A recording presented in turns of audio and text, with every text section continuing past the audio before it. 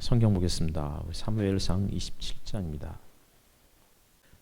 오늘 본문이 여러 군데라서 또 우리가 같이 또 읽어야 되겠습니다. 부지런히 읽어야 되겠는데요. 27장 1절부터 6절까지 먼저 교독하겠습니다. 다윗이 혼자서 생각하였다. 이제 이러다가 내가 언젠가는 사울의 손에 붙잡혀 죽을 것이다. 살아나는 길은 블레셋 사람의 땅으로 망명하는 것뿐이다. 그러면 사울이 다시 나를 찾으려고 이스라엘의 온 땅을 뒤지다가 포기할 것이며 나는 그의 손에서 벗어나게 될 것이다.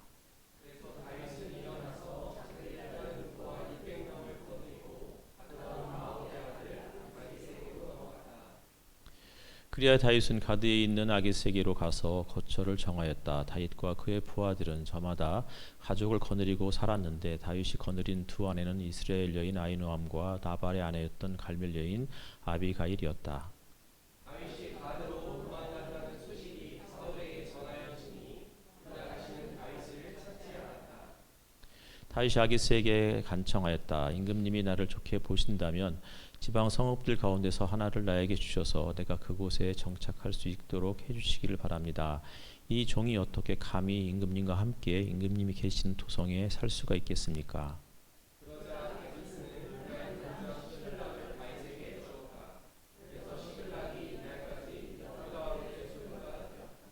또 28장 3절부터 8절입니다. 사무엘이 이미 죽어서 온 이스라엘 백성이 그의 죽음을 슬퍼하며 그를 그의 고향 라마에 장사 지낸 뒤였다. 그리고 사울이 나라 안에서 무당과 박수를 모조리 쫓아낸 때였다.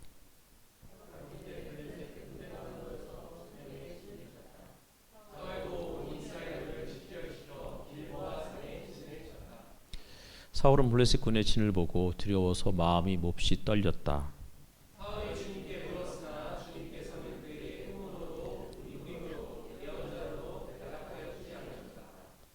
그래서 사울은 자기의 신하들에게 명령하였다. 망령을 불러 올리는 여자 무당을 한 사람 찾아보아라. 내가 그 여인을 찾아가서 물어보겠다. 사울의 신하들이 그에게 말하였다. 엔돌에 망령을 불러 올리는 무당이 한 사람 있습니다.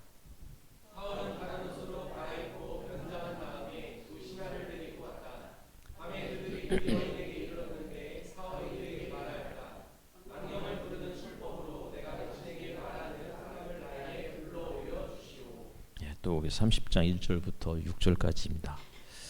다윗이 부하들과 함께 사흘 만에 시글락으로 돌아왔을 때에는 아말렉 사람이 이미 남부 지역과 시글락을 습격하고 떠난 뒤였다. 그들은 시글락에 침입하여 성에 불을 지르고 여자를 비롯하여 그 성읍 안에 있는 모든 사람을 어린아이나 노인할 것 없이 사로잡아 한 사람도 죽이지 않고 끌고 갔다. 다윗이 부하들을 거느리고 그 성읍으로 돌아와 보니 성은 불타버렸고 아내들과 아이들이 모두 사로잡혀 갔다. 다윗과 그의 부하들은 목놓아 울었다. 모두들 더 이상 울 힘이 없어 지칠 때까지 울었다. 다윗의 두 아내인 이스라엘 여인 아히노암과 나발의 아내였던 갈멜 여인 아비가일도 사로잡혀 갔다. 군인들이 저마다 아들딸들을 잃고 마음이 아파서 다윗을 돌로 치자고 말할 정도였으니 다윗은 큰 공경에 빠졌다. 그러나 다윗은 자기가 믿는 주 하나님을 더욱 굳게 의지하였다. 23절부터 26절까지 마지막 또 읽겠습니다.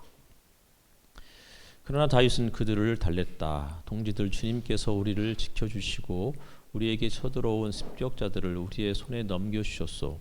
주님께서 우리에게 선물로 주신 것을 가지고 우리가 그렇게 처리해서는 안 돼요.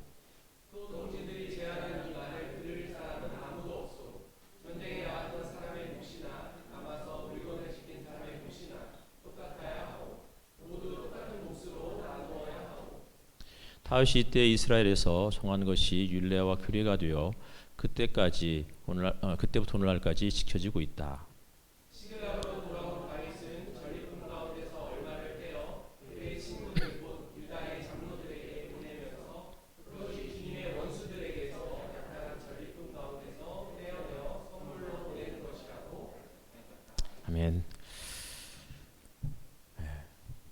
가을이 점차 깊어지고 있습니다. 가을이 깊어간다. 이것을 어떻게 알 수 있느냐면 그냥 길을 걷다 보면 정말 대지를 이렇게 물들이는 그런 단풍들을 보면 가을이 깊어지고 있구나라고 이렇게 알 수 있습니다. 가을이 되면 단풍이 이렇게 굉장히 아름답게 물들고 있는데 이렇게 단풍이 드는 이유가 광합성 때문이다 이렇게 이야기를 하더라고요. 원래 식물의 잎이 녹색인 것은 잎에 이제 녹색 이제 엽록소 색소들이 들어 있는데 이게 이제 녹색 색소가 들어 있는 이유가 광합성을 하기 위해서라고 그래요.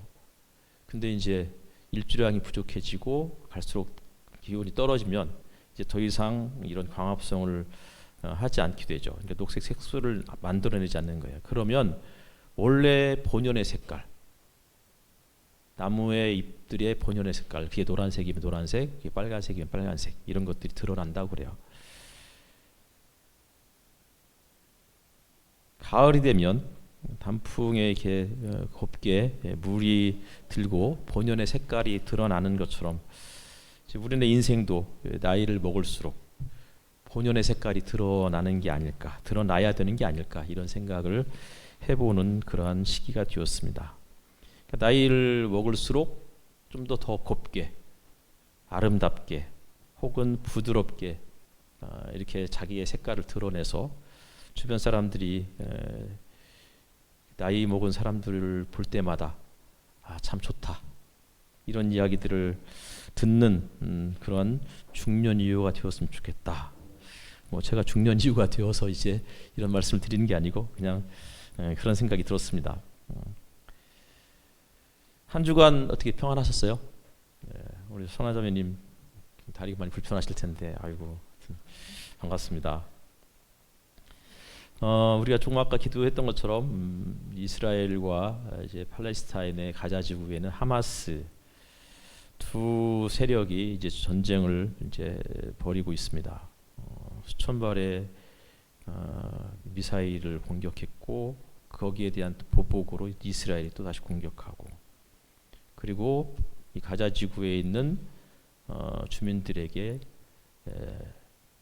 24시간 안에 그곳을 떠나라. 그리고 지상군을 곧 투입하겠다. 이런 상황인 것 같아요. 하마스가 이 민간인을 인질로 삼아서 잔인하게 고문하고 살해하는 장면들이 또 영상에 떠돌면서 수많은 사람들이 또 공분에 휩싸이게 되었습니다.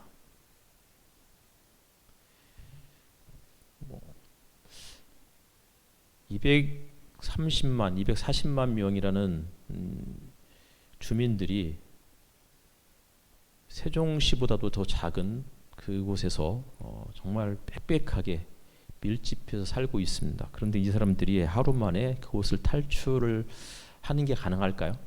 일단 이집트에서는 못 내려오게 하겠다고 그러고 이스라엘은 남쪽으로 내려가라고 그러고 이제 가자지구 딱 맨 끝이 이제 이집트하고 경계선이니까 그들은 어디로 가야 될까? 이런 생각들이 들면서 참 걱정이죠. 그리고 어쨌든 간에 하마스의 군인들과 민간인들이 서로 뒤섞이는 상황에서 하마스의 전투요원이 대략 한 3만 명 정도라고 하니까 이 사람들이 민간인으로 같이 섞여 들어가 있으면 어떻게 그들을 식별해서 이스라엘은 공격을 할 수 있을지 그러면서 또 어마어마한 희생자들이 발생할 수밖에 없을 것 같고 전쟁 이후에 이 팔레스타인의 민간인들은 또 어디로 가야 되나 이런 생각들도 해보게 됩니다.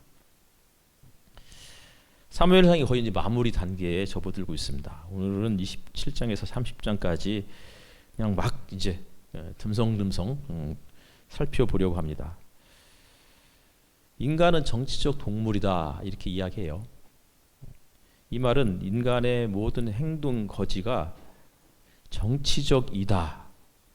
다시 말하면 정치와 밀접하게 관련되어 있어서 사실 무슨 일을 해도 이것이 나름의 의도들이 그렇게 이제 그 안에 내포되어 있다라고 이해할 수 있을 것 같습니다. 오늘은 다윗의 정치와 사울의 정치에 대한 이야기를 좀 비교해서 이야기하려고 하는데 다윗이 사울의 위협을 피해서 블레셋 진영 가드로 망명했습니다. 이 가드는 지금의 이 가자 지구에서 가자 시티에서 이렇게 멀리 떨어져 있지 않은 그러한 동네입니다. 다윗이 블레셋 가드로 망명을 떠난 이유는 사실 살기 위해서였습니다. 사울이 자신을 죽이지 않겠다라는 말을 듣긴 했지만 사실 다윗은 그 말을 믿을 수가 없었습니다. 이미 여러 번 약속을 어겼기 때문에. 그래서 부하 600명을 거느리고 그리고 부하들이 거느리고 있는 가족들과 재산을 거느리고 블레셋으로 넘어갔습니다. 굉장히 많은 숫자였을 거예요. 600명도 많은데 그들의 가족과 다 합치면 뭐 몇천 명이 되지 않았을까 싶어요. 그렇게 많은 사람을 그리고 가축들과 재산을 이끌고 넘어갔으니 아마도 블레셋 가드 왕은 굉장히 놀랐을 거예요. 아기스 앞에 섰을 때 다윗이 자신과 부하들이 머물 수 있는 땅을 좀 허락해달라라고 간청했고 결국 그들은 시글락을 얻게 되었습니다. 시글락은 이제 팔레스타인의 남쪽에 있는 그런 네게부 광야, 네게부 사막에 있는 한 지역인데 그 시글락에서 조금만 내려가면 부솔 시내가 있어요. 여기서 우리가 주목해야 할 구절이 6절이에요. 그러자 아기스는 그날 당장 시글락을 다윗에게 주었다. 그래서 시글락이 이날까지 유다 왕들의 소유가 되었다. 이날까지 언제예요? 사무엘서가 쓰여지는 날까지. 아마 사무엘서는 다윗이 이제 왕이 된 이후에 한참 뒤에 쓰여졌을 거니까 어쨌든 간에 그때부터 다시 말하면 다윗이 시글락에 머물 때부터 계속해서 이제 그 땅은 유다 왕의 소유 혹은 다윗의 소유가 된 것이죠. 지금 당장 다윗이 블레셋으로 사울을 피해서 망명에 임시로 정착한 곳이 시글락이었어요. 그런데 하나님이 그 땅을 다윗에게 주신 거예요.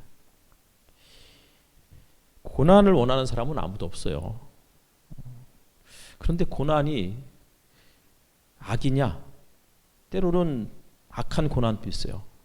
근데 또 때로는 그 고난이 우리에게 유익을 주기도 할 때가 있어요. 고난이 도대체 왜 우리에게 찾아오는지, 그 고난이 때로 우리의 삶을 굉장히 피폐하게 만들고 때로는 인간성을 파괴하기까지 할 수 있는 그런 고난도 있어요.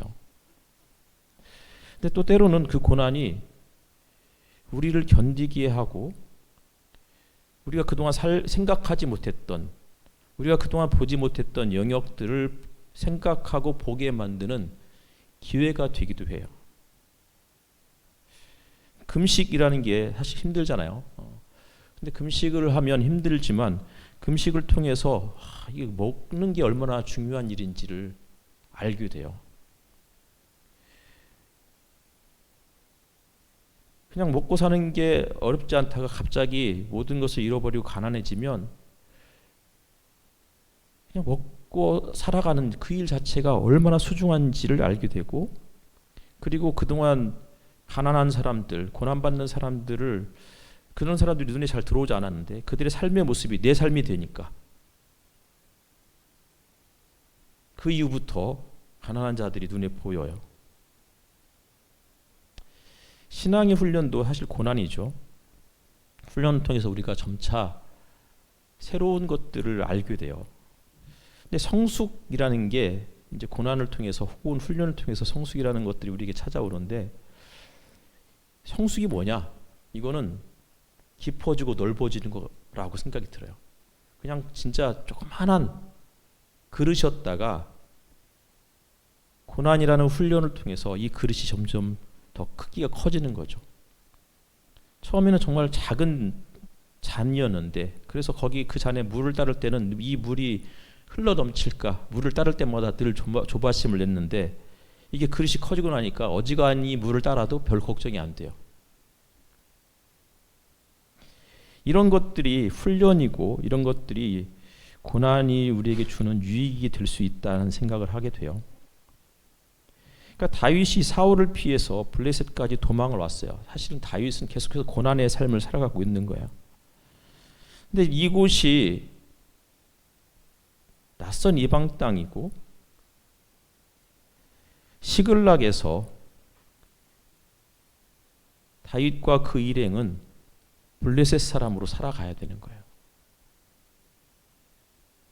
블레셋 사람들과 똑같이 살아야 되고, 언젠가 블레셋의 왕이 이스라엘과 또 전투를 벌일 때 어쩌면 자기 민족과 동족과 맞서 싸워야 되는 이런 상황이 찾아올 수도 있는 거예요.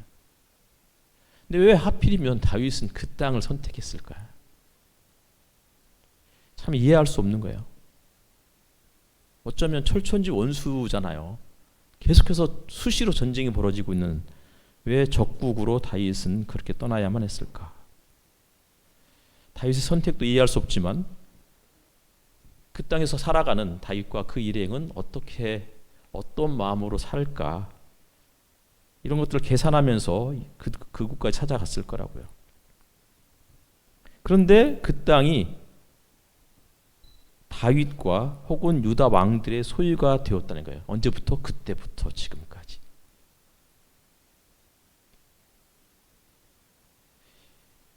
이런 구조를 통해서 그냥 하나님의 보이지 않는 손길을 읽을 수 있을 것 같아요. 도망간 땅, 남의 나라, 유배지.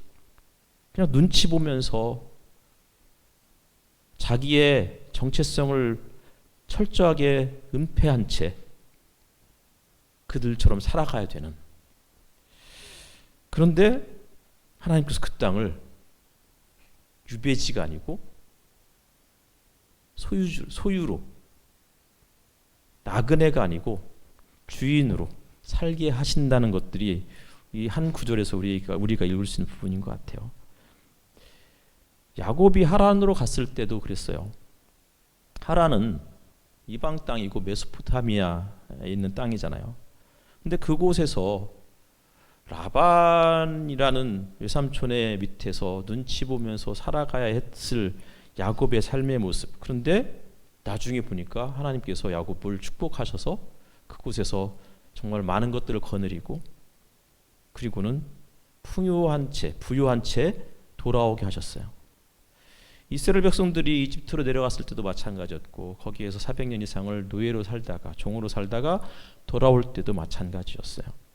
바벨론으로 포로로 끌려갔을 때도 바벨론 땅에서 하나님의 성전이 없이, 하나님 없이 그들은 철저하게 나그네로 외롭게 혹은 종으로 살아가야만 했어요. 그런데 하나님은 그 땅까지, 자기 백성들이 수천 킬로 떨어져 있는 바벨론 땅으로 끌려갈 때에 하나님도 보이지 않는 하나님이 자기 백성들과 함께 동행하셨고, 그리고는 에스겔을 통해서 내가 그 땅에서도 친히 보이지 않는 하나님의 성소가 되어 주시겠다고.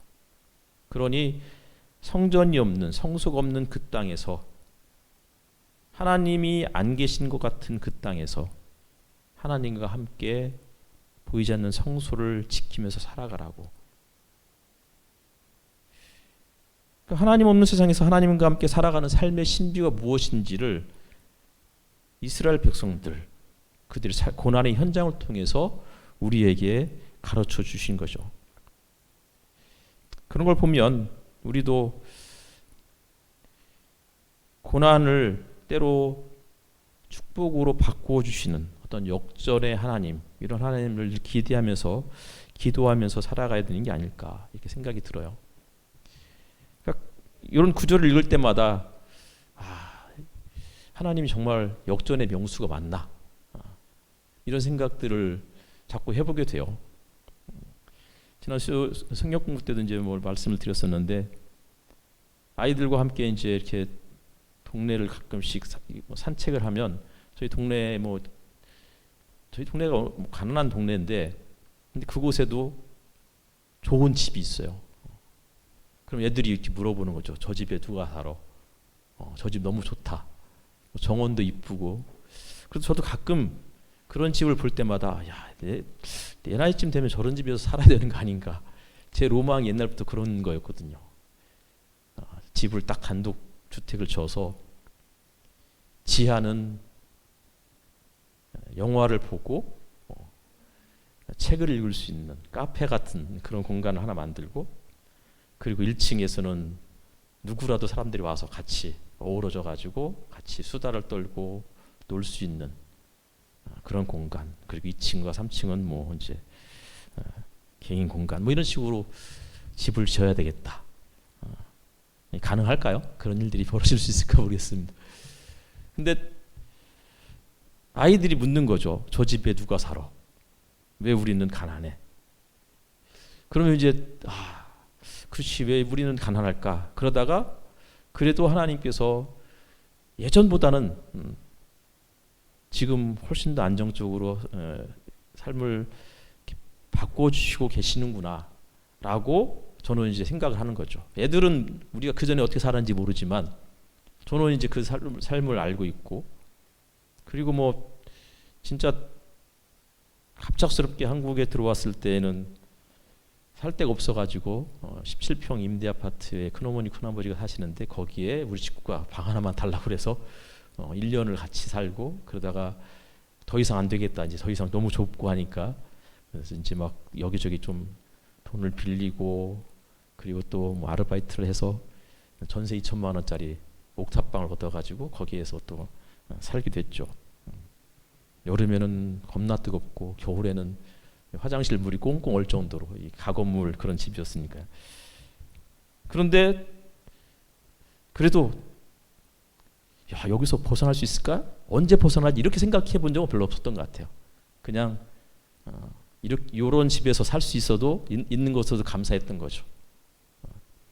17평의 큰어머니 큰아버지 그 집에서 살다가 우리 집 하나가, 뭐 우리 집도 아니었지만 어쨌든 간에 그런 전세 하나를 얻었다는 것 때문에 너무나 좋았고, 그러다가 또 임대 아파트가 되어서 또 갔을 때 너무나 또 좋았고, 그래서 조금씩 점차적으로 이제 평수가 늘어났잖아요.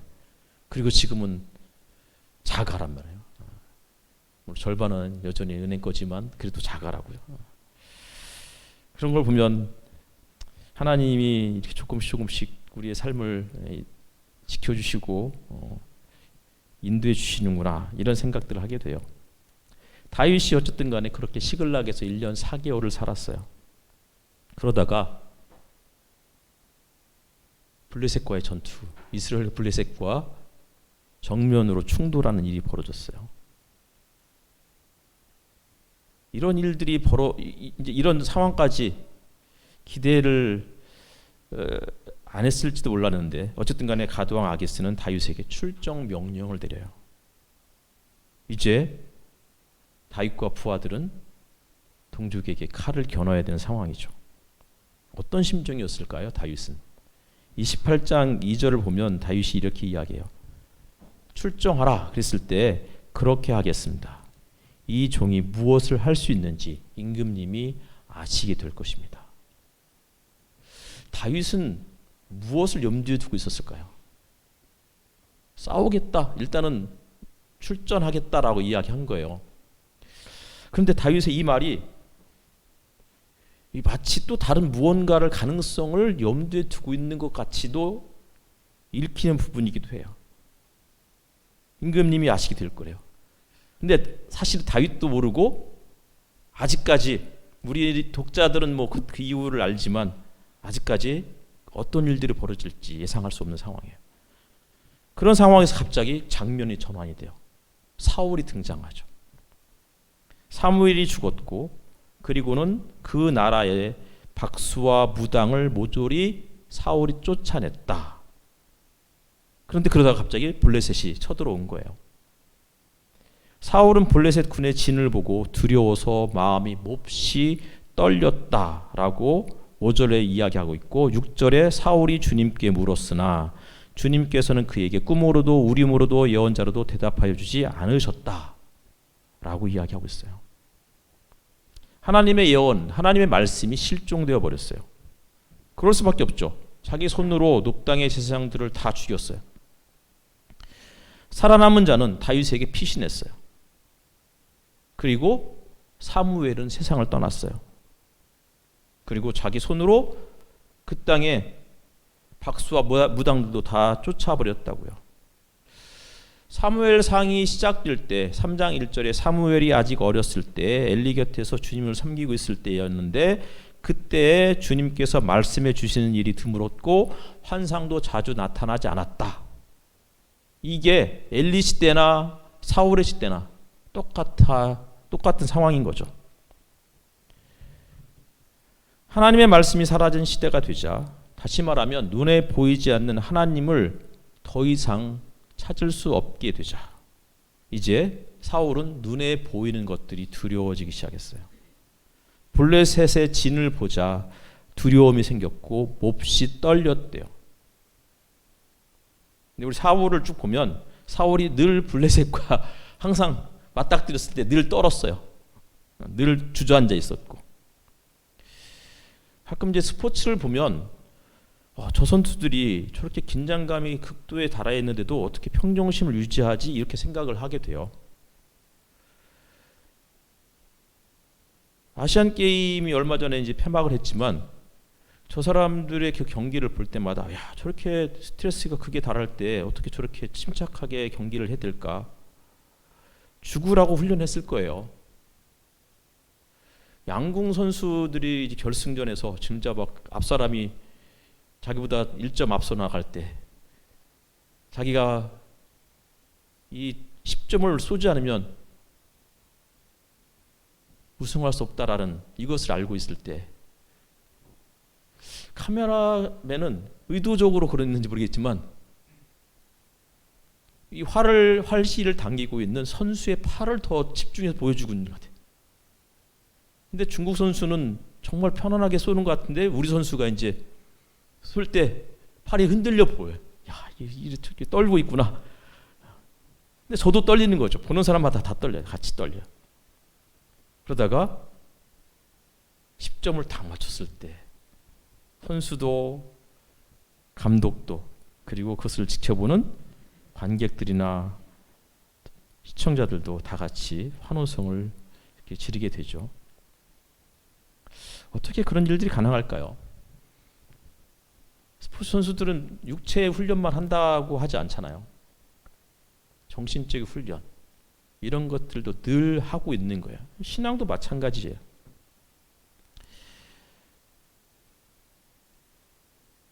그래야만, 정말 죽을 만큼 힘들게 싸우고 훈련해야만 실전에서 평정심을 잃지 않고 싸울 수 있는 거죠.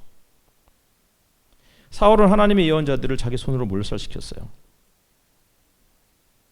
그리고는 하나님을 자기 입으로 거론을 해요. 위기가 찾아와서 하나님께 물어요. 근데 하나님이 대답하시지 않죠. 평소에 하나님을 의지한 방법들, 훈련을 쌓지 않으니까 위기가 찾아왔을 때 하나님의 음성을 들을 수가 없는 거예요. 평소에 보이지 않는 하나님을 보려고 연습하지 않으니까 당연히 위기의 때는 더더군다나 보이지 않는 거죠. 그래서 사울이 신하에게 명령하잖아요. 망령을 불러올리는 여자 무당 한 사람을 찾아보아라. 자기 손으로 무당들을 다 쫓아냈거든요. 자기 손으로 예언자들을 죽이고 자기 손으로 무당을 쫓아냈는데 이제 자존심도 없는 자기 손으로 다시 무당을 불러내는 거죠. 하나님의 음성을 듣는 일이 중단되자 무당을 찾아가요. 하나님의 말씀을 묵상하고 그분의 뜻을 파악하는 일을 하지 않자 무당을 통해서라도 무언가를 듣고자 하는 거예요. 근데 어떤 식으로 찾아갔느냐면 다른 옷으로 갈아입고 변장한 다음에 무당을 찾아가요. 뭐 당연하겠죠. 자기 손으로 예언자를 죽였고 박수와 무당을 모조리 쫓아냈던 마당에 왕의 옷을 입고서 그곳을 찾아가는 일은 정말 자존심 상하는 일이었을 수도 있어요. 그래서 어떻게 해요? 왕복을 벗어 던졌어요. 그리고는 평민복을 갈아입고 얼굴을 가린 채 아마 무당을 찾아갔겠죠. 스스로가 자신의 정체성을 집어 던지는 모습인 거예요. 신접한 여인에게 사울이 말해요. 사울이 주님의 이름을 걸고 그 여인에게 맹세하였다. 주님께서 확실히 살아계심을 걸고 맹세하지만 당신이 이 일로는 아무런 벌도 받지 않을 것이요.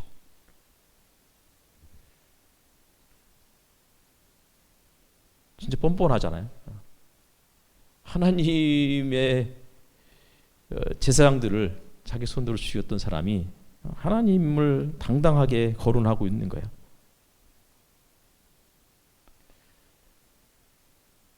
엔돌의 신접한 여인이 사무엘을 불러 올리라는 사울의 명령에 어쨌든 간에 아마 사무엘을 불러 올리려는 준비를 하고 있는데, 그런데 성경에는 그 여인이 사무엘을 불러 올렸다 이런 구조를 놓고 갑자기 사무엘이 등장을 했어요. 갑자기 사무엘이 등장하자 여인이 놀라서 큰 소리를 질러요. 그런데 문제는 사울은 보지 못해요. 사울은 여인을 통해서 묻는 거야. 여인에게 내가 무엇을 보고 있느냐. 다시 말하면 여인은 보고 있는데 사울은 못 보고 있어요. 여인은 사무엘과 대화를 나누는데 아직 사울은 사무엘을 보지도, 그리고 사무엘의 음성도 듣지 못하는 상황인 것 같아요. 여인이 대답하죠. 한 노인이 올라오는데 겉옷을 걸치고 있습니다. 그러니까 사울은 사무엘에 올라온 그 영이 사무엘인지 아닌지를 확인하기 위해서 그의 외모에 대해서 특이점이 없는지를 물었는데 그 여인이 겉옷을 걸치고 있대요. 겉옷을 걸치고 있다는 그 한마디에 사무엘이라고 생각했던 사울은 납작 엎드려요.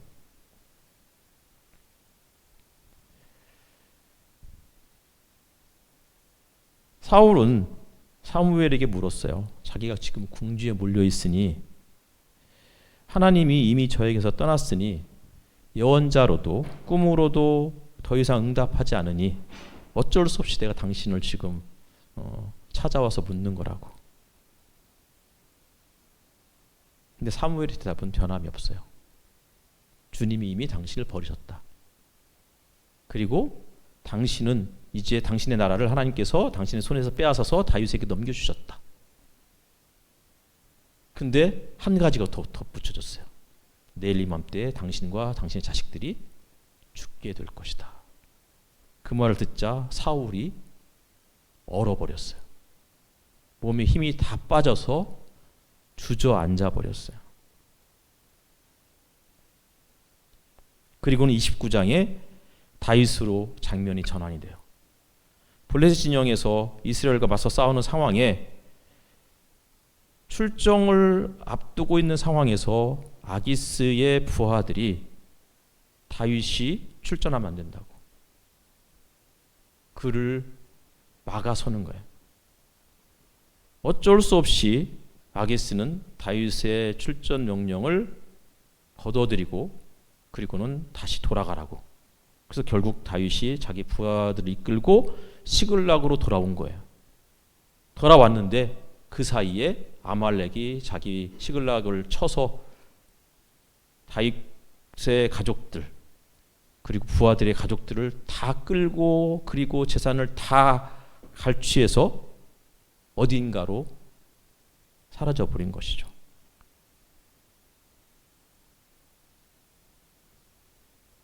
(30장 4절에) 보면 다윗과 그의 부하들이 목 놓아 울었대요.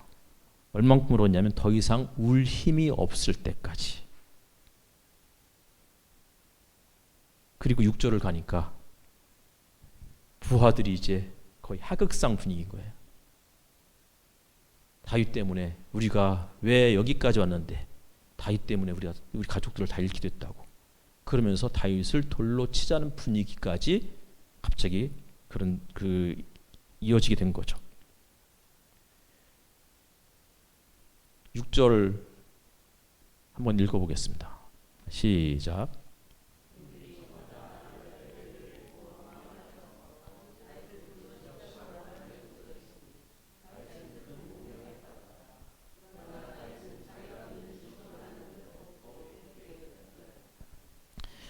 자기를 돌로 치려는 부하들 때문에 다윗이 큰 곤경에 빠졌대요. 곤경에 빠졌다 요 말과 28장에서 사울이 사무엘에게 제가 매우 궁지에 몰려 있습니다. 이 단어가 같은 문장이에요. 다윗도 사울도 지금 큰 곤경에 빠져 있는 거예요. 근데 사울은 어떻게 해요? 하나님을 찾았으나 하나님의 음성을 듣지 못했던 그 사울은 결국은 무당을 의지하게 돼요. 무당을 찾아왔다고요. 반면에 다윗은 큰 곤경에 빠졌을 때 그는 자기가 믿는 주 하나님을 더욱 굳게 의지하였다. 이렇게 이야기하고 있어요. 그러니까 사울과 다윗이 이렇게 지금 대조적으로 행동하고 있는 것을 보여주고 있는 거예요. 사울은 평소에 하나님을 의지하지 않고 하나님의 세상들을 다 자기 손으로 처단하는 이런 일들을 하다가 위기가 찾아오면 하나님을 거론해. 하지만 평소에 다윗은 하나님을 의지하고 하나님께 위기가 찾아왔을 때도 묻지만 평소에도 그런 하나님을 의지하는 삶의 모습들 때문에 위기 때 하나님을 더욱 굳게 의지하였더니 그랬더니 하나님께서 그에게 응답하시는 거예요. 다윗이 아히멜렉 아들 아비아다를 불러서 에봇을 가져오라고 명령했고 하나님께 묻는 거예요. 그래서 주님께서 말씀하시죠. 추격하라고. 600명을 거느리고 출동했어요. 그리고는 시글락에서 남쪽으로 부솔 시내까지 내려갔는데 600명 중에서 200명이 나고자가 생긴 거예요. 힘들겠죠. 아벡에서의 전투가 벌어졌다가 거기에서 부랴부랴 다시 또 시글락까지 한참 내려왔는데 내려와서 보니까 그런 사태가 벌어졌고 지칠 때까지 울었던 사람들이 다시 또 그 아말렉을 추격하기 위해서 부솔 시내까지 내려왔으니 얼마나 힘들었겠어요. 그래서 200명이 더 이상 걸을 수 없는 상황에 봉착한 거죠. 그러자 다윗이 어떻게 해요? 그들을 부솔 시내가에 두고 400명을 거느리고 아말렉이 있는 곳까지 계속 추격을 이어가요. 그러다가 이집트의 한 소년을 만나게 되는데 그 소년이 어떤 사람이었느냐면 아말렉의 노예였대요. 근데 그 소년이 병들자 아말렉이 그를 버린 거예요. 그래서 그 소년이 결국은 아말렉이 어디로 갔는지를 알려주게 되죠. 그리고 결국 끌려갔던 가족들 그리고 빼앗겼던 재산뿐만 아니라 아말렉 사람들의 재산을 전리품으로 취해서 다시 거꾸로 돌아오다가 부솔 시내가에 다다르게 된 거예요. 부솔 시내가에 다다르게 됐을 때 나고자들이 다윗과 400명의 부하들과 그들과 함께 돌아온 가족들을 환영해요. 그때 다윗도 따뜻하게 200명의 나고자들에게 문안했다라고 이야기하고 있어요. 그리고 22절에 보면 다윗과 함께 아말렉을 추격했던 일부의 사람들을 이렇게 표현하고 있어요. 악하고 야비한 사람들. 그 사람들이 뭐라고 그래요? 나고자들에게 전리품을 나눠줄 수 없다고. 그때 다윗이 단호하게 이야기하죠. 그들에게도 똑같이 나눠줘야 된다고. 동지들, 주님께서 우리를 지켜주시고 우리에게 쳐들어온 습격자들을 우리의 손에 넘겨주셨어. 주님께서 우리에게 선물로 주신 것을 가지고 우리가 그렇게 처리해서는 안 돼요. 그러면서 똑같이 나눠주겠다는 거예요. 이게 다윗이 보여주는 하나님의 정치였어요. 반면에 사울은 그렇게 하지 않았어요. 사울은 눈에 닥친 보이는 대로 사람들을 정적들을 제거하고 더 많이 갖고자, 더 많은 것을 얻고자 자기의 가족들을 주변에 주요 요직에 배치하고, 반면에 다윗은 최대한 사람들을 공평하게 쓰려고 탕평책을 펼치고 이런 일들을 했던 사람이 다윗이었다고요. 그래서 25절인 거예요. 다윗이 이때 이스라엘에서 정한 것이 율례와 규례가 되어 그때부터 오늘날까지 지켜지고 있다. 나라가 어려워지고 있습니다. 갈수록 빈부격차가 극심해지고 있고 게다가 전쟁까지 벌어져서 물가는 더 치솟을 전망입니다. 가난한 사람들은 더 가난해지겠죠.